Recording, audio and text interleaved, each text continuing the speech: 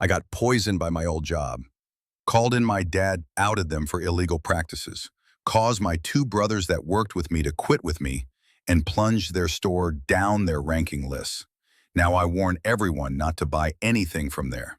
This is going to be a long one, so settle down, friends, as I tell you the horrors of this damn store. So I, 21M, used to work at a particular chain of southern grocery stores that sounds like the word Pringles. I worked at their stores from age 18 to 21 and only quit last year. I'm turning 22 in July. So yes, these stores were the only places I ever worked. I don't want to get into all the nasty details or we would be here for years. But this corporation is so messed up and corrupt. They did everything from shuffling around sexual offenders from store to store to firing people based off of race and religion. I myself got harassed a ton by another worker and several recurring customers, and nothing was ever done about it. But that's a different story. Now on to why I quit from the first store. At this time, I was freshly 19. I was the main cook at the Asian food station at the deli, on top of manning several other stations. I was kneeling down to get the sauces from a low fridge when I breathed in and I felt something hit me in the back of the brain. I was thrown off for a second but figured I was fine. They had an outside contractor in our area doing some work, so I just assumed I caught a whiff of a cleaner he was working with. I picked up the wok of orange chicken I had been making and brought it up to the serving station and put it up when one of the servers, a very sweet elderly woman, asked if I was okay, looking very concerned. I still felt fine at the moment, so I said yes. But that was it, for the moment. I immediately felt the worst brain haze I had ever felt. My feet went out from under me, and my vision went completely blurry. I stumbled backwards and was able to catch myself on the counter behind me. Later on, the server told me she asked if I was okay because I hadn't only lost all of my color, I had gone gray. It felt like all my balance was gone. I worked with two of my brothers at the same location, and one of them came running to help me stand. I have vague memories of my brother helping me walk to the indoor cafe, but my head was literally lulling in circles. I couldn't keep my head upright. I think I almost fell on one of the managers from the front of the store. My brother made me sit down at a table and got me a cup of water. That's when I realized I was crying. My heart was pounding so hard my entire front of my uniform was moving with it. Whatever my body was reacting to was so bad, it was overwhelming it. I felt like I couldn't move. I was just sunk into the chair, crying. I tried to pick up the cup and my brother had to come back to help me take a drink. At this point, I was panicking. A fact about the kitchen that I, as the head chef, was painfully aware of. We had a gas-run pizza oven, a really old gas-run oven, a gas-run oven that you had to kick to get all four burners kick on. I'll tell you now, it wasn't a gas leak, but that's what my brain immediately went to, especially since they refused to do maintenance on that oven or the gas-run open flame woks, one machine away from said oven. This whole time, I felt like I wanted to throw up, but at the same time, I couldn't. The supervisor told my brother he had to stop checking on me and that he would get in trouble if he kept checking. The supervisor and other members of morning shift, I was a night shifter, my other night shifters know how it is. Well, they were treating me like I was exaggerating. One of them came over, one of them in particular that I hated because she looked down on everyone and started baby talking about how some people are just weaker than others. This whole time I was panicking and telling her I wasn't exaggerating, and everyone else needed to leave the deli until we figured out what it was. And if it was affecting me so badly, it had been an hour and my body was still panicking. It was bad. She brushed me aside and left again. That's when I realized they weren't going to investigate what happened to me at all. And they were going to keep everyone, including my two brothers, working in the same area I just got affected in. That's when our absolute hero shows up, the nearby McDonald's manager. A sick dude around the same age as me that regularly got food at the deli. I had served him a few times. He had been sitting in the cafe on his lunch break from his job when he saw me. He immediately came over and asked what was wrong, as we were on bro terms. I gave him a breakdown on what was going on and he went over to check it out. He came back and said he didn't smell a gas leak, but I was definitely displaying concerning signs. So without linking himself to me, he went up to the front of the store and basically demanded they do something about it. However, the front management realized it must have been me, so their solution? Not to find out what did this to me, to take me from the cafe drag me up to the management office, and sit me in a swivel chair so they could keep an eye on me. That's right, they sat a dude that couldn't balance on his own in a swivel chair next to a desk corner. They proceeded to completely ignore me and not let my brothers come into the office to talk to me, and I was still panicking about the fact the other workers could breathe in whatever I had. I finally was able to coordinate enough to pull my phone out of my apron pocket and text my dad. I texted him a very short list of PowerPoints of what happened, and he asked a few questions about why my management was acting like they were, which all I could say was I don't know. Now, this wasn't my proudest moment. A 19-year-old guy who had been crying for over an hour and couldn't stop, texting his dad, "I don't know what's happening, Dad, but I'm scared and I need you." He told me he was on his way and to clock out. I told the managers my dad was coming and I needed to clock out. At this point, they were acting annoyed with me, especially the store owner. I could talk for days about how terrible the store managers were, so they were glad I was leaving. They offered to help me walk to the time clock. I should have taken their offer, but I was so angry and disappointed, I refused and just held onto the front desk and shelving as I got to the clock-out room. I clocked out and stumbled my way back to the area I worked at to get my stuff. I had to bring my own supplies to work because they never gave us new equipment, so I had a whole backpack I needed to grab. My brothers immediately tried to run over to me when they saw me, but the manager blocked them and told them to keep working. Before I could get my back, my manager, a woman that I had been working under since I was 18 and frankly, scared me, blocked me from going into the back room to get my bag and started demanding answers from me.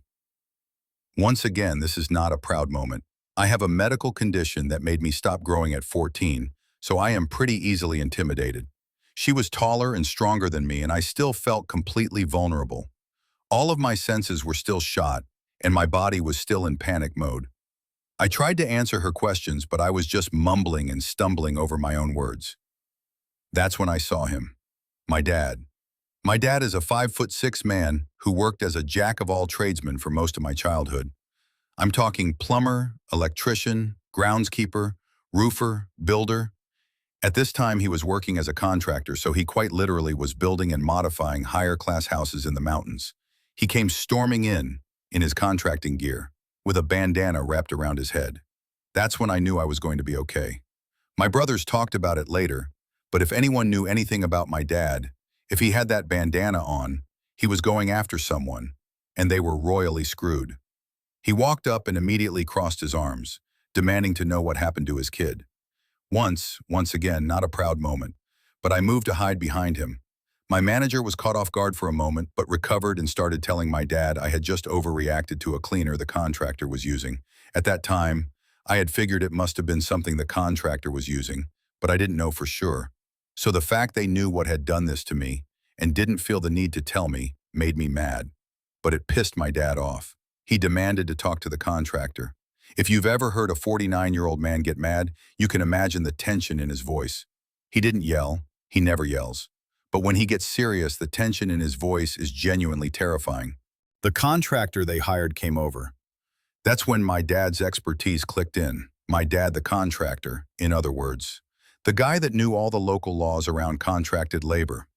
He asked all the right questions. He demanded to see what the contractor had been spraying around the kitchen that day. When they handed him the can, he tore the contractor a new one. So the kitchen I work in is blocked from the rest of the deli area by a counter. A counter has about an inch of space under it for cleaning purposes. So when I leaned down, this spray had shot under the counter and directly into my face. And what was that spray? An industrial-grade degreaser. It was so strong it was meant to be used in empty factories by someone in a full respirator mask. It wasn't supposed to be sprayed around people, and especially not right in someone's face. My dad immediately pointed this out and demanded to see the contractor's safety sheet on the chemical, something that all contractors in our area are required to carry on every chemical they use to show they know how to safely use it. The contractor said he had it in his van. He did not. This man was using one of the strongest factory-grade degreasers on the market, and he didn't know how to safely use it. He was wearing a mask while using it, but not a respirator. It was just a plain white dust cover. My dad lost his mind on them and sent me past my manager to get my bag while he tore them apart. Oh, and the illegal part. The company wasn't supposed to hire outside contractors for this exact reason, but my manager did so that the work wouldn't be filed, so it would seem like our store didn't take any company resources for repair jobs. Anyway, my dad took me home, and my siblings came back too. My dad went into his PC and looked at the full information page on the degreaser. I was in the second stage of serious poisoning. It wouldn't kill me, thankfully, but it wasn't fun. At this point, I had a little bit of my balance back, but I was still panicking and confused. I was able to draft up a text, ripping them a new one, and quitting. I had a pounding headache, and I ended up throwing up 3 times before I fell asleep that night. I woke up the next day unemployed, but a lot happier. I had a headache for several days. I ended up working for the company again for around a year in the future, but that's a different story. Now, every time I get the chance, I out all the garbage I can on this dumpster fire of a trash company. And let me tell you just a few bullet points of dirt I have on them, just for a little more revenge. They wanted me to serve frozen soup that expired in 2018 and 2021. They marked rotisserie chicken that weren't organic as organic and sold them at the marked up price. They wanted us to cook chicken that went green. They reused expired meat from the meat counter in the ready-served food. They called people slurs outright. They used outside contractors with no safety standards. The managers shuffle around offenders from store to store and hire offenders that the employees ask them to ban from the store. They purposely marked up prices during times of need, hurricanes, droughts, etc.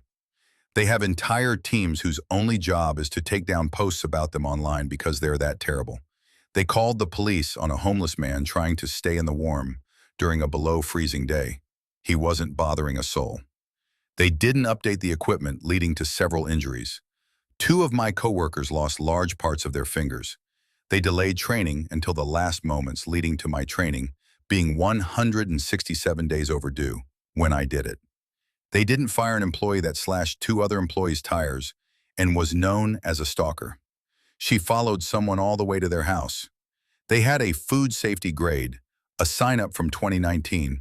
Their current grade was barely above C, technically a B. And so many freaking more. But this is part of my revenge. If you're in the South and see one of these damn stores, just don't. Go into Publix. They're better. They treat their employees better. And honestly, I have never met an ex-employee from Pringles that doesn't want the entire corporation to fail and be gone. Anyways, that's the story of what happened and my never-ending revenge. I will never stop outing them for the trash corporation they are, and neither will my family. I sincerely hope I live to see that company gone.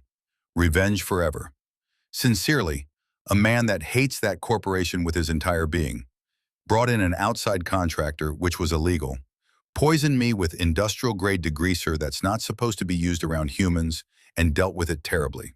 I called my contractor dad in, who tore them a new one, and all of us ended up quitting. Now I warn everyone about them and their other gross practices. Edit. Hey everyone.